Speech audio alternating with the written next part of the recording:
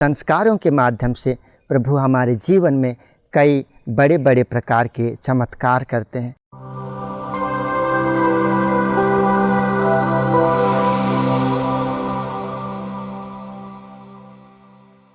ख्रिस्त में प्यारे दोस्तों, यहूदियों की यह एक प्रचलन थी कि यदि कोई नबी उनके बीच में प्रकट होता है तो वे उस नबी से चिन्ह की अपेक्षा करते थे, जिससे वे विश्वास कर सकें कि यह ईश्वर के द्वारा भेजा हुआ ईश्वर का नबी है। और जब वे इस नबी से वे चिन्ह देखते थे, जैसे रोगियों को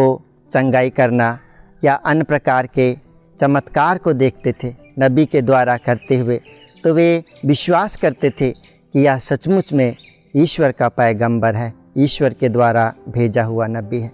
इसी प्रकार की घटना आज के सुसमाचार में होती है कि सादूसी और फरीसी और अन्य यहूदी यीशु के पास आते हैं और यीशु से चिन्ह की अपेक्षा करते हैं। प्रभु यीशु उन्हें चिन्ह दिखाने से मना कर देते हैं, क्योंकि जिस प्रकार नबी चिन्ह के स्वरूप में उन्हें चमत्कारिक कार्य दिखाते थे, उसी प्रकार प्रभु यीशु भी उनके सामने में रोगियों को चंगाई करते हैं, मृतकों को जिलाते हैं, अबदूतों को निकालते हैं। इस प्रकार बड़े बड़े चमत्कारिक कार्य उनके आँखों के सामने करते हैं, फिर भी वे यीशु पर विश्वास नहीं कर पाते हैं। इसीलिए प्रभु यीशु उन्हें योनास नबी की ओर इंगित करते हुए कहते हैं कि योनास नबी 3 दिन मछली के पेट में रहने के बाद जब वह निनेवे शहर के लोगों के पास आया और पश्चाताप का उपदेश दिया, तो निनेवे वासी ईश्वर पर विश्वास करते हुए पश्चाताप किए और वे ईश्वर के मार्ग पर चलने लगे। ख्रिस्त में प्यारे दोस्तों, जब हम आज के सुसमाचार को पढ़ते हैं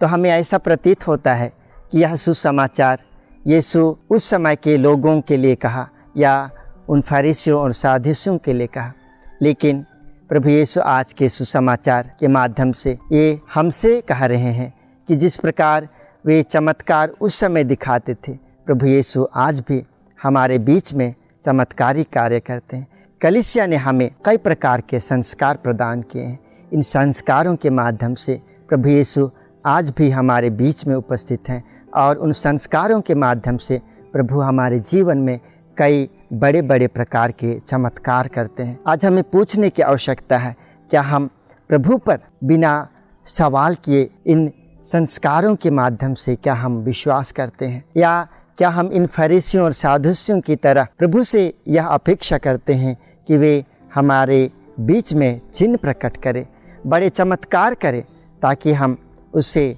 विश्वास कर सकें। ख्रिस्त में प्यारे दोस्तों, इस सवाल पर आज हमें मनन चिंतन करना है। और यदि हम प्रभु यीशु को निनेवे वासियों की तरह पहचानते हैं और नबी योनास के पश्चाताप का सुसमाचार को सुन करके वे निनेवे वासी ईश्वर पर विश्वास करते हैं, क्या हम उसी प्रकार प्रभु यीशु को पहचान करके ईश्वर पर विश्वास करते हैं? तो आज हमें दूसरी बात यह भी करना है कि यदि हम हमारे जीवन में गलत हैं